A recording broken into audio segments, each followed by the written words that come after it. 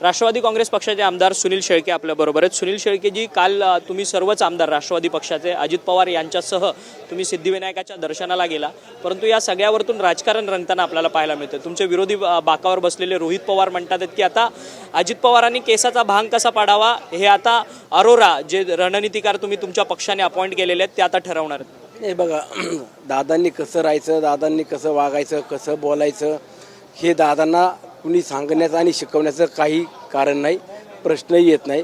मागच्या 35-40 वर्षापासून या महाराष्ट्राच्या राजकारणामध्ये दादा काम करत असताना आपण सर्वजण पाहतो, स्पष्टपणा दिलेला शब्द पूर्ण करणारा नेता आणि कुठल्याही परिस्थितीच्या मागे पुढे मागे न पळता आपलं काम अविरतपणे सुरू ठेवणारा नेता म्हणून आपण दादांकडं वेगळ्या नजरेनं सर्वजण पाहत असतो।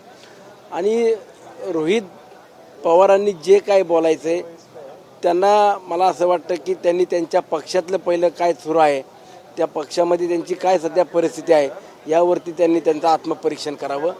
मध्यंतरीच्या काळामध्ये जयंत पाटील साहेब किंवा त्यांच्यात अंतर्गत जे काय धुसफूस सुरू होती ती पहिली धुसफूस आपण विझवून आपल्या पक्षात एक संघ आपण कसे राहाल याचा पहिला आपण विचार केला पाहिजे।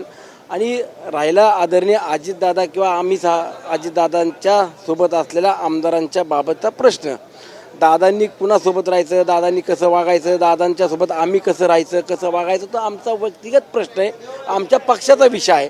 आमच्या पक्षामध्ये काय सुरू आहे, कोण रणनीतिकार आहेत, कुणी किती पैसे दिलेत आणि कुणाला कशासाठी अपॉइंट केले, तुम्हाला कुणी तिथं चौकशा करायला सांगितल्यात?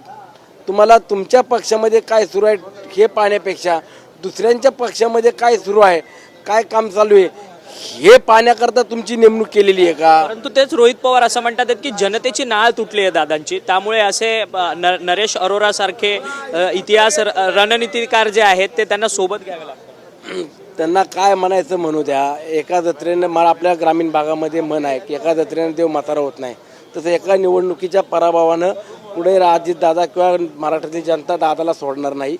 येणाऱ्या विधानसभेमध्ये आत्ता जे आपण पाहिलं असेल ते आत्ताच्या बजेटच्या अनुषंगाने जे काही दादांनी घोषणा केल्या, जे काही योजना महाराष्ट्राच्या हिताकरता सर्वसामान्यांकरता राबवल्या, त्या योजनेमुळे महाराष्ट्रातला सर्वसामान्य नागरिक जनता दादांच्या मागे खंबीरपणाने उभी राहते हे आता सर्व विरोधी पक्षातल्या नेत्यांच्या आणि आमदारांच्या देखील लक्षात आलेले आहे। आणि त्यांना त्यांचे आमदार टिकवायचे, त्यांच्या मागची जी काही संख्या आहे त्यांना ती तशी धरून ठेवायची याकरता त्यांची ते वक्तव्य आहेत।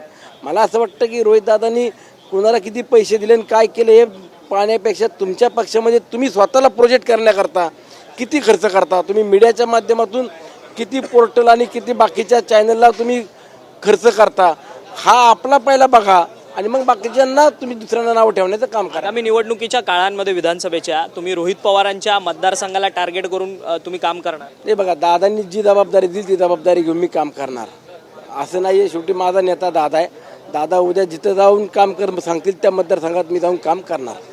धन्यवाद, तुम्ही आमच्याशी बातचीत केली होते। राष्ट्रवादीचे आमदार सुनील शेळके, रोहित पवार यांनी जी अजित पवारांवरती टीका केली आहे त्या टीकेला प्रत्युत्तर जे आहे ते सुनील शेळके यांनी केलेलं आहे। स्वतःच्या पक्षात पहिलं झाकून बघावं, नंतर आमच्या पक्षात काय सुरू आहे त्या सगळ्या संदर्भाचा आढावा रोहित पवारांनी घ्यावा असं जे मत आहे ते आमदार सुनील शेळके यांनी आपल्याशी बोलताना व्यक्त केलं। व्हिडिओ जर्नलिस्ट सिद्धेश अक्षय मंकणी, TV9 मराठी, मुंबई।